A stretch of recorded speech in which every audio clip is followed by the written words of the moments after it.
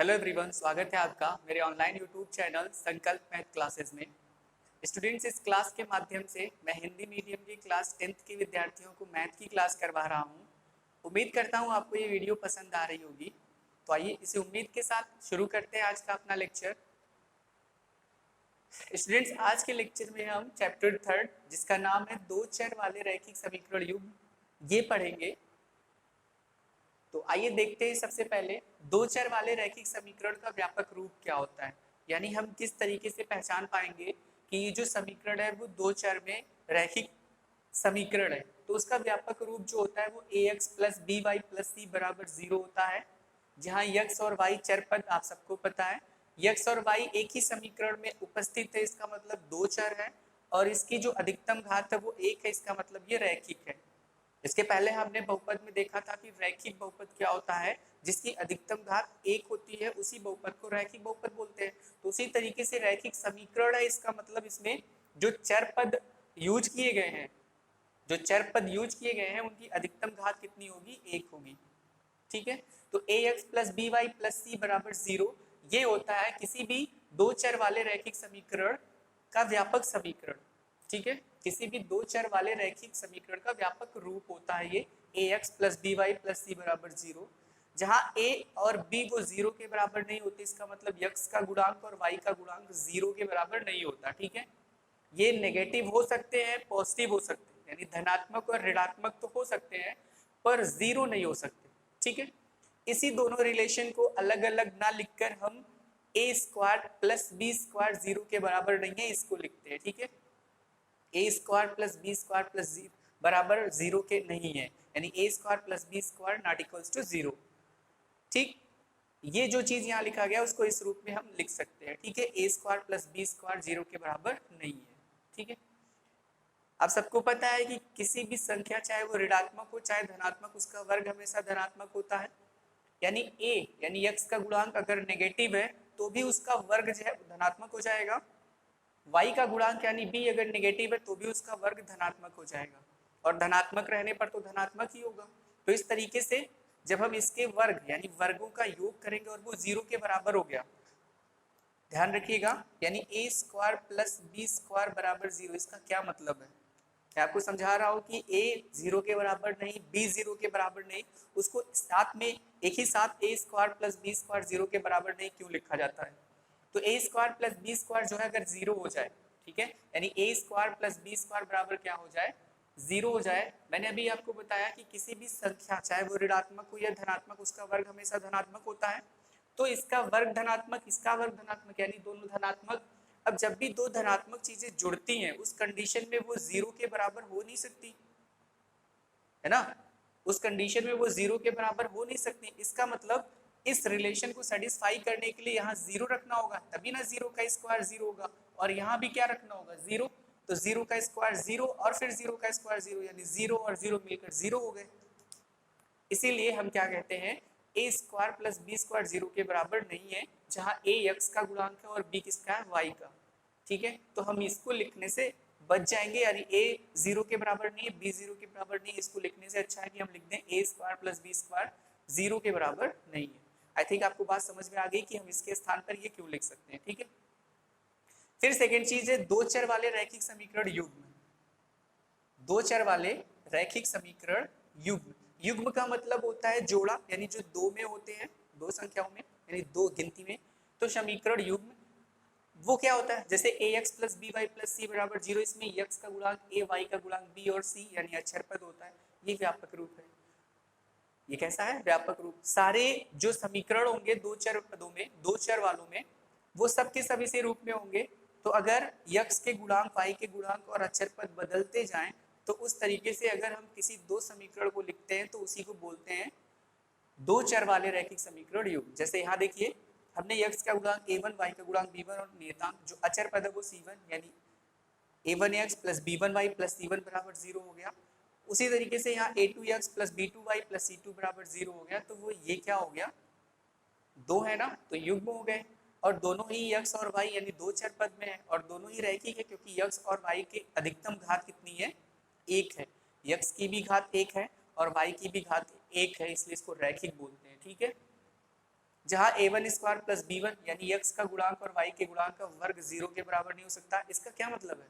इसका ये मतलब है कि यह a1 और b1 अलग अलग 0 के बराबर नहीं हो सकते। साथ ही साथ a2 square plus b2 square जो वो भी 0 के बराबर नहीं हो सकता। इसका क्या मतलब है कि x का गुणांक जो सेकंड वाला है, यानी जो सेकंड हमारा समीकरण उसमें जो x का गुणांक है और y का गुणांक है वो भी 0 के बराबर नहीं हो सकता। आई थिंक आपको बात समझ में आ गई रैखिक समीकरण क्या होता है। रैखिक समीकरण ऐसे समीकरण को बोलते हैं जिसमें चर पद की घात अधिकतम क्या होती है? एक। अगर वही चर पद दो चर पद एक ही समीकरण में उपस्थित हो तो उसको बोलते हैं दो चर वाले रैखिक समीकरण, जिसका व्यापक रूप ax plus by plus c बराबर 0 होता है। ठीक है, जहाँ x और y के गुणांक नेगेटिव और पॉजिटिव नंबर तो हो सकते हैं पर 0 नहीं हो सकता। ठीक, आई थिंक आपको ये बात समझ में आ गई। Very good. चलिए अब इन्हीं सारी चीजों का जो उपयोग है ग्राफी निरूपण यानी कि ज्यामिति या ग्राफी निरूपण,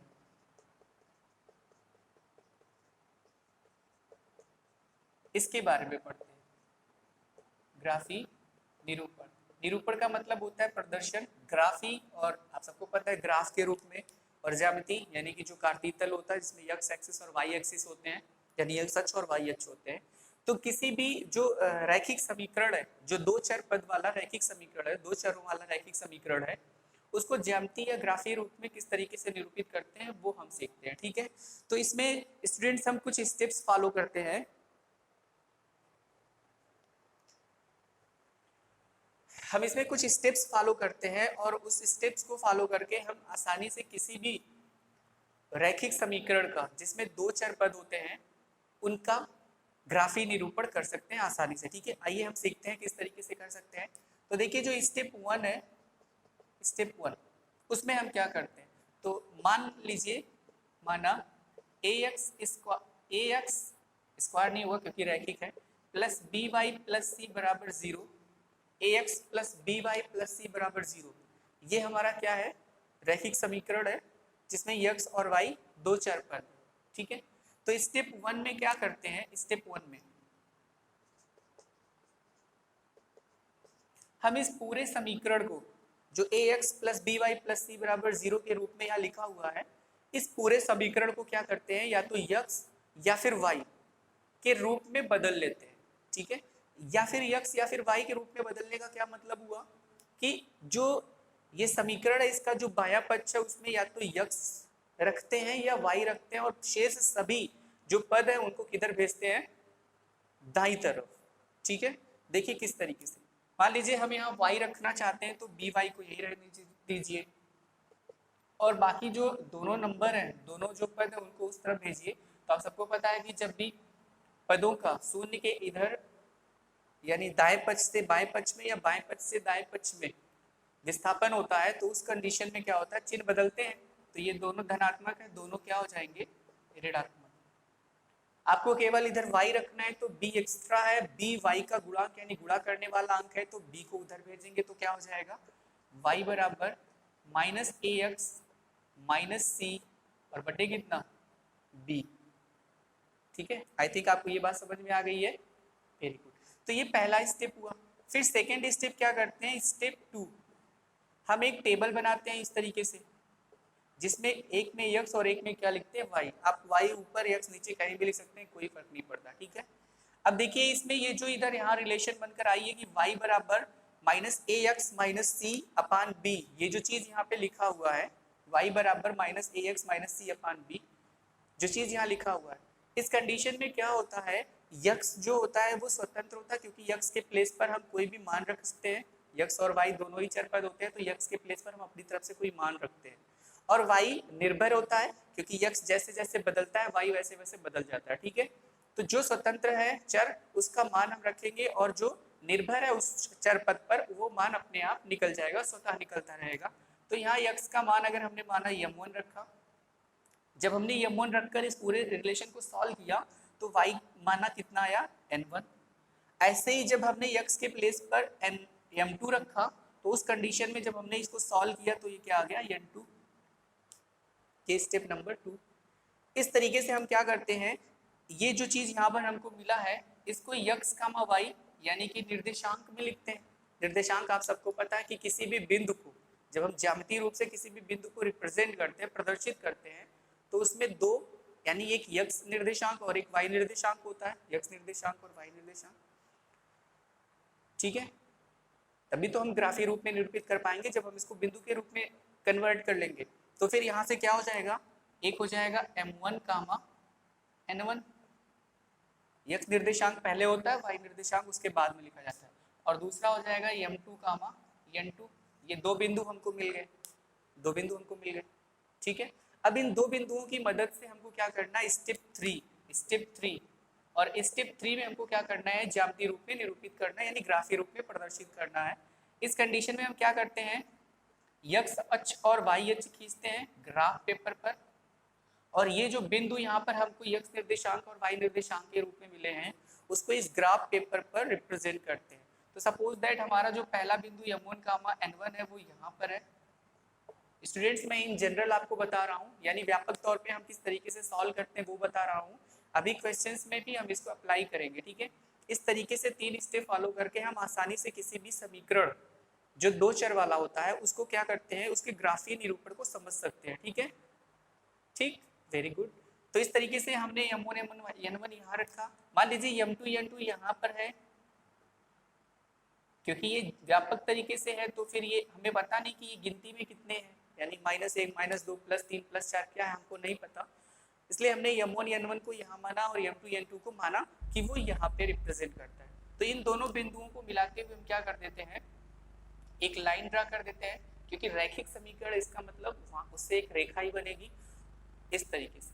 तो ये जो चीज मिला वो ax + by + c बराबर 0 का क्या मिल गया, एक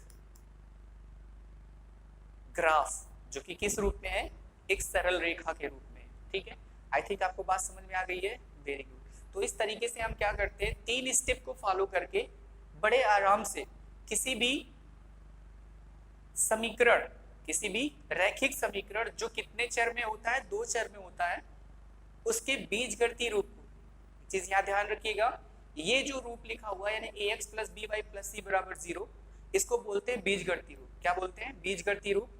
और ये जो चीज यहाँ पर ट्रांसफर होकर स्टेप 1 स्टेप 2 और स्टेप 3 के बाद हमको मिला है, इसको बोलते हैं, जो इस तरीके से मिला हुआ ग्राफ, इसको बोलते हैं ग्राफीय रूप। ठीक है, तो बीजगणितीय रूप से ग्राफीय रूप में इस तरीके से परिवर्तित करते हैं। ठीक, आई थिंक आपको बात समझ में आ गई है, वेरी गुड। चलिए अब हम इसको एक्सरसाइज पर अप्लाई करते हैं और 3.1 को सॉल्व करते हैं। ठीक है, 3.1 का जो पहला क्वेश्चन है, तो चलिए देखते हैं एक्सरसाइज 3.1। चीजें आसान है, आप 1-2 बार प्रैक्टिस करेंगे तो सब कुछ आपको बड़ी आसानी से समझ में आ जाएगा। और इसके बाद भी जो चीज आपको ना समझ में आए, अगर आपकी कोई क्वेरी हो तो आप मुझे कमेंट बॉक्स में लिखिए, मैं आपके सवालों का जवाब दूंगा। ठीक है, तो एक्सरसाइज 3.1, इसका जो पहला क्वेश्चन है वो मैं यहाँ लिखता हूँ। पहला क्वेश्चन है, आफताब अपनी पुत्री से कहता है,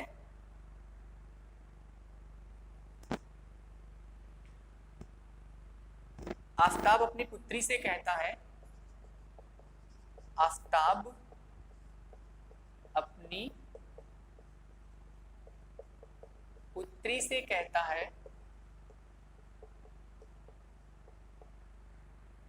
7 वर्ष पूर्व मैं तुमसे 7 गुनी आयु का था। क्या कहता है, 7 वर्ष पूर्व मैं तुमसे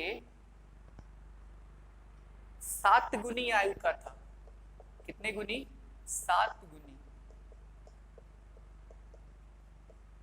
आयु का था। अब से 3 वर्ष बाद, आगे कहता है कि अब से 3 वर्ष बाद, अब से 3 वर्ष बाद, अब से 3 वर्ष बाद मैं तुमसे केवल 3 गुनी आयु का रह जाऊंगा। मैं तुमसे केवल 3 गुनी आयु का रह जाऊंगा। इस स्थिति को बीजगणितीय एवं ग्राफीय रूपों में व्यक्त कीजिए। इस स्थिति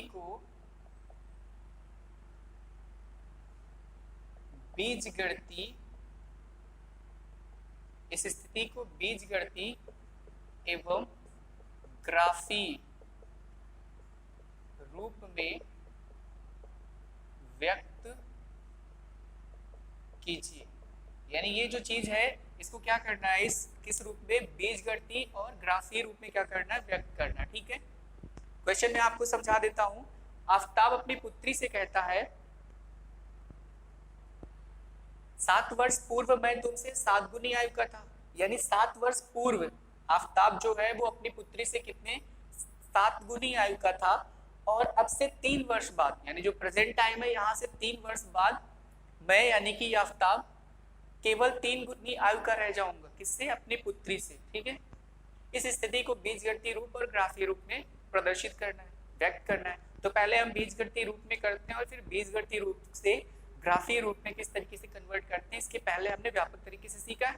उसी तीनों स्टेप को फॉलो करके हम इसको सॉल्व कर सकते हैं। ठीक है, तो चलिए सबसे पहले हम क्या करते हैं, इसको बीजगणितीय रूप में लिखते हैं। ठीक है, तो देखिए यहाँ पे क्या है, आफताब अपनी पुत्री से कहता है कि 7 वर्ष पूर्व। तो हम क्या करते हैं, देखिए यहाँ 2 चीजें हैं, एक आफताब की आयु है और दूसरा उसके पुत्री की आयु है, जो दोनों ही नहीं पता है, दोनों ही निश्चित नहीं है। और जो निश्चित नहीं होते वो चर होते हैं, है ना। इसीलिए हम क्या करते हैं, आफताब की आयु और उसकी पुत्री की आयु को चर पदों में लिखते हैं। तो माना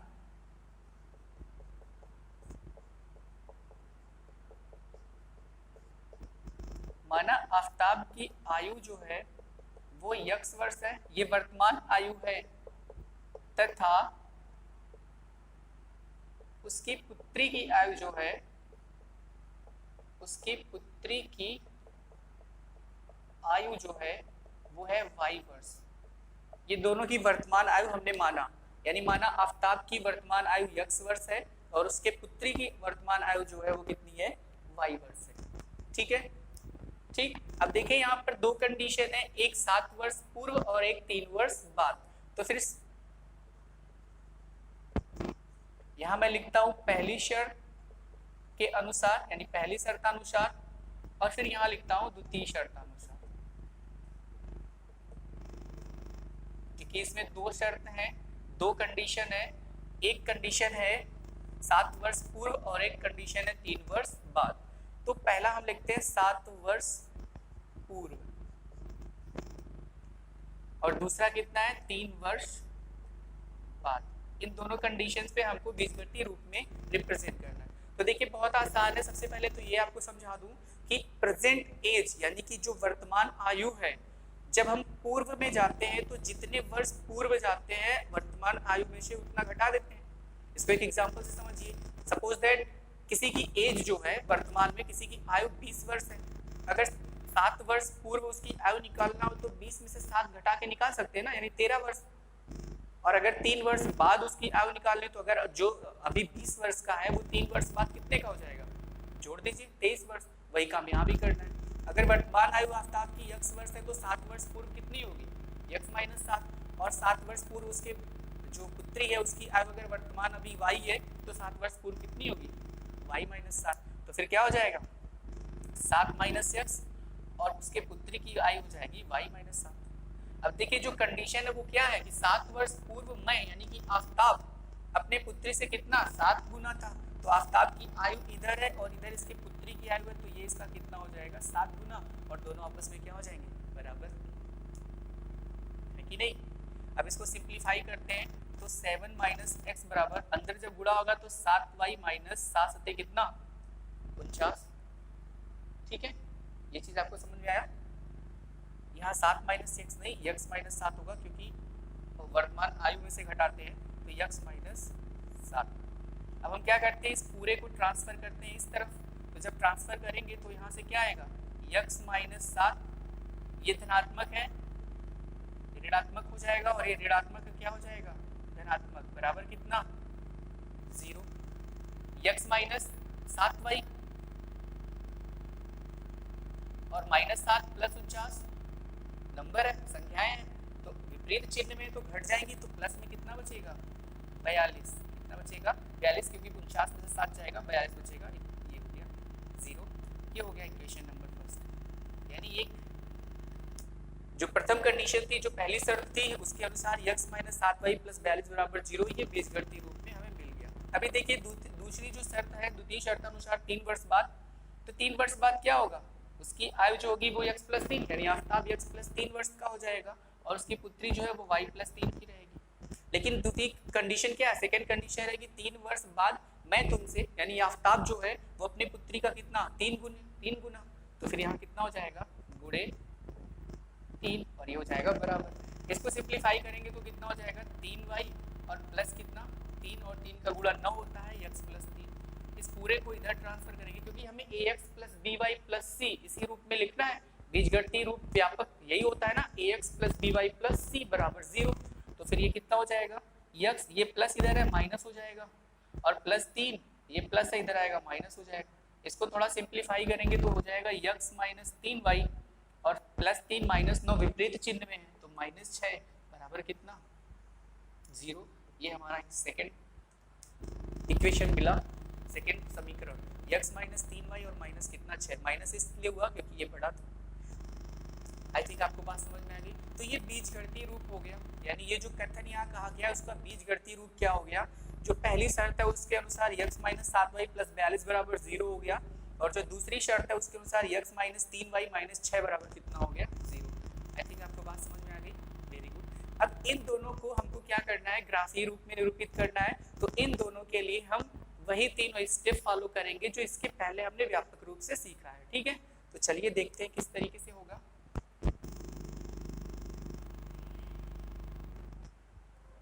आप इसको अपने नोटबुक में नोट कर लीजिएगा ताकि रिवीजन करते समय आपको आसानी हो।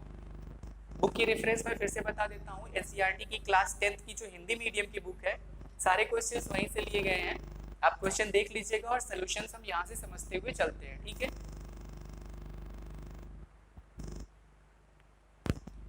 ठीक, तो चलिए देखिए, जो हमारा पहला बीजगणितीय रूप है वो x माइनस 7y प्लस कितना 42 और बराबर कितना 0, और दूसरा जो है वो x माइनस 3y और माइनस 6 बराबर कितना है 0। ये पहली इक्वेशन और ये दूसरी इक्वेशन, यानी पहला समीकरण और दूसरा समीकरण, ठीक है। ठीक, x माइनस 7y प्लस 42 और x माइनस 3y माइनस 6।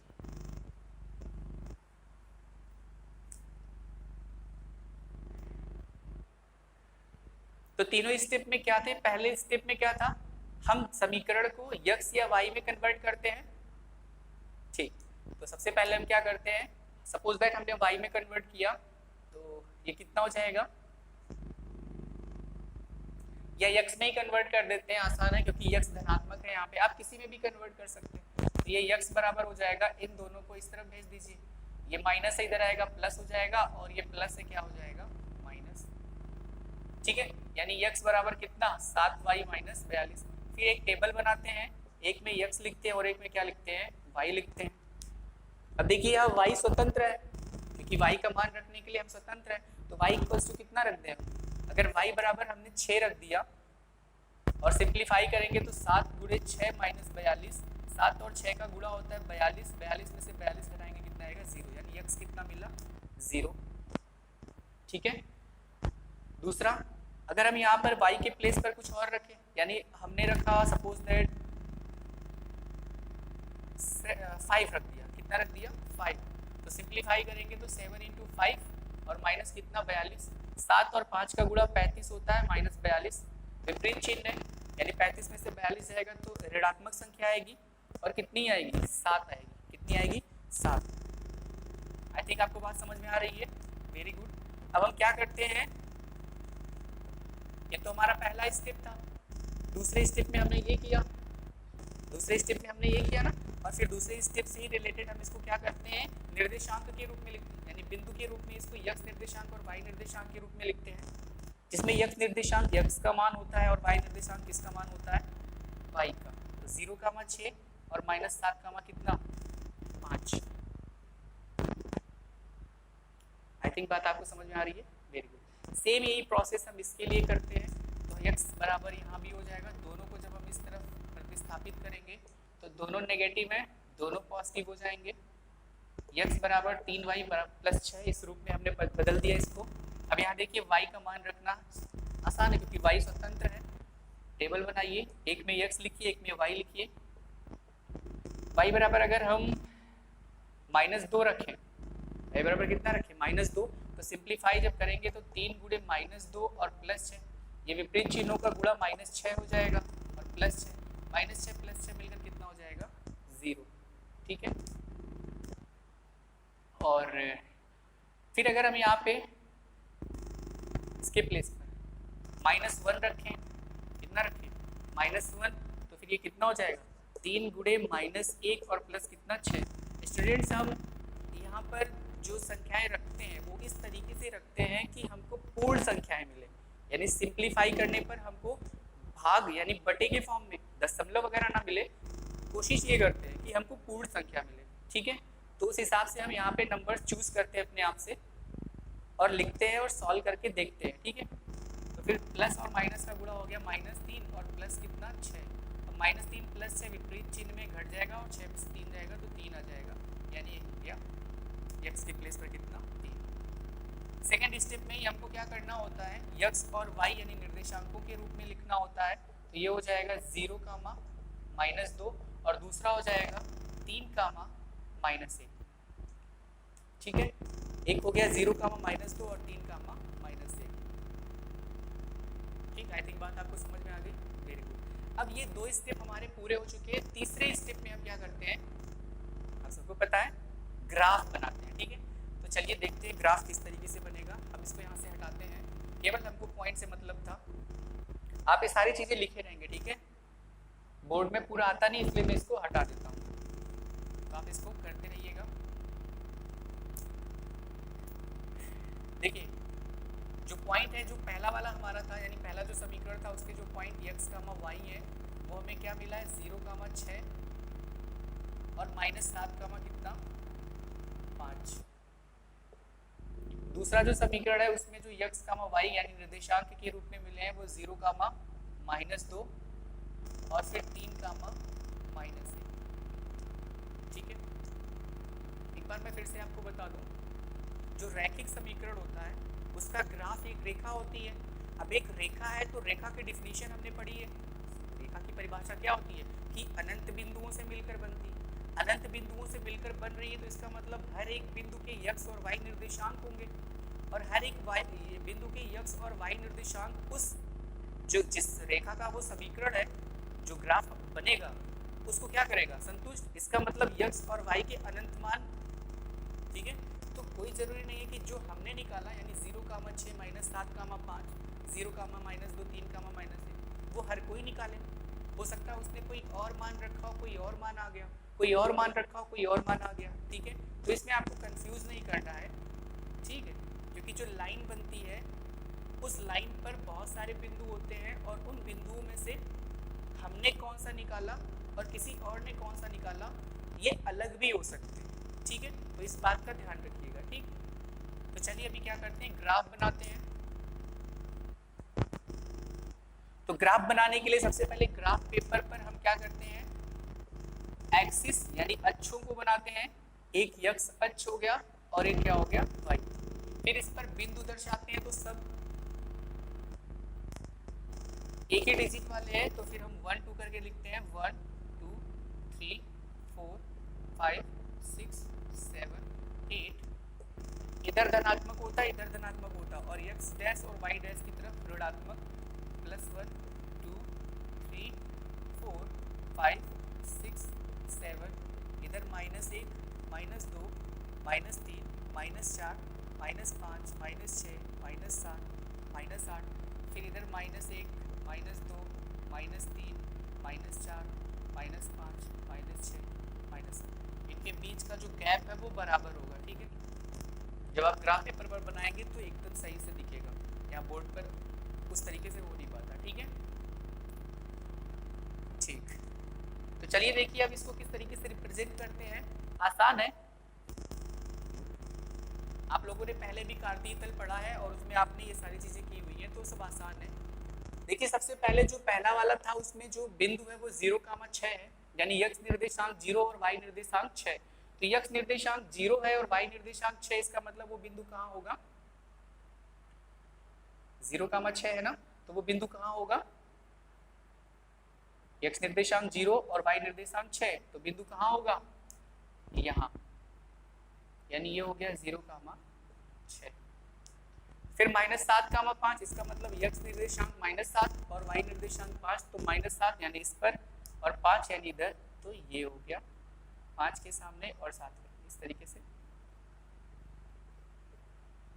ये पॉइंट क्या हो गया, -7,5, ठीक है।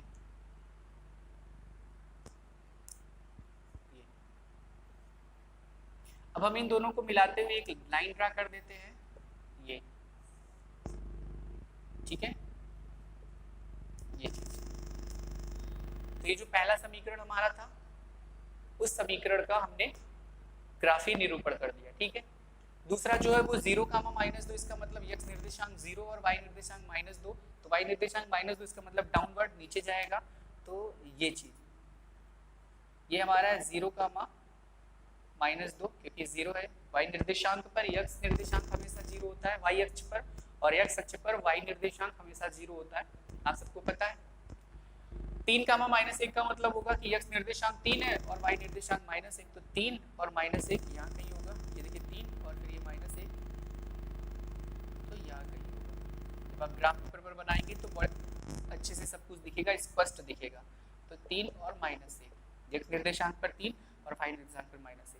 अब इन दोनों को मिलाते हुए इस तरीके से हम लाइन ड्रा कर देते हैं, ठीक है। आई थिंक आप ग्राफीय निरूपण समझ गए होंगे, वेरी गुड। जब आप इसको ग्राफ पेपर पर स्पष्ट बनाएंगे तो सारी चीजें स्पष्टता आपको समझ में आएंगी, ठीक है। यहाँ बोर्ड पर ग्राफ पेपर नहीं है तो फिर इस तरीके से आप इसको समझिए, ठीक। करना आपको यही प्रोसेस है, 3 स्टेप में ही आपको फॉलो करके बीजगणितीय रूप से किस रूप में बदलना है, ग्राफीय रूप में व्यक्त करना, ठीक है। आई थिंक आपको ये बात समझ में आ गई, वेरी गुड।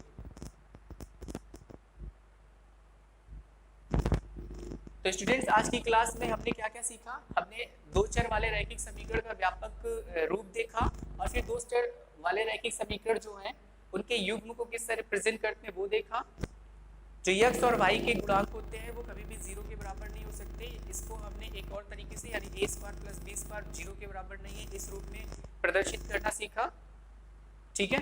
फिर हमने क्या किया, किसी भी ये जो 2 चर वाले रैखिक समीकरण होते हैं इनका ग्राफीय निरूपण जो होता है वो 3 स्टेप में किस तरीके से हम 3 स्टेप को फॉलो करके लिखते हैं वो हमने सीखा। फिर हमने एक्सरसाइज 3.1 का जो पहला क्वेश्चन था वो भी सॉल्व किया, ठीक है।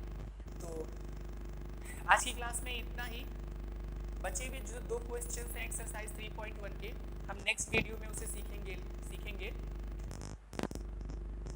तो अगर वीडियो आपको पसंद है तो आप इस वीडियो को लाइक करिए, शेयर करिए, सब्सक्राइब भी करिए। मिलते हैं अपने नेक्स्ट वीडियो में, तब तक के लिए धन्यवाद।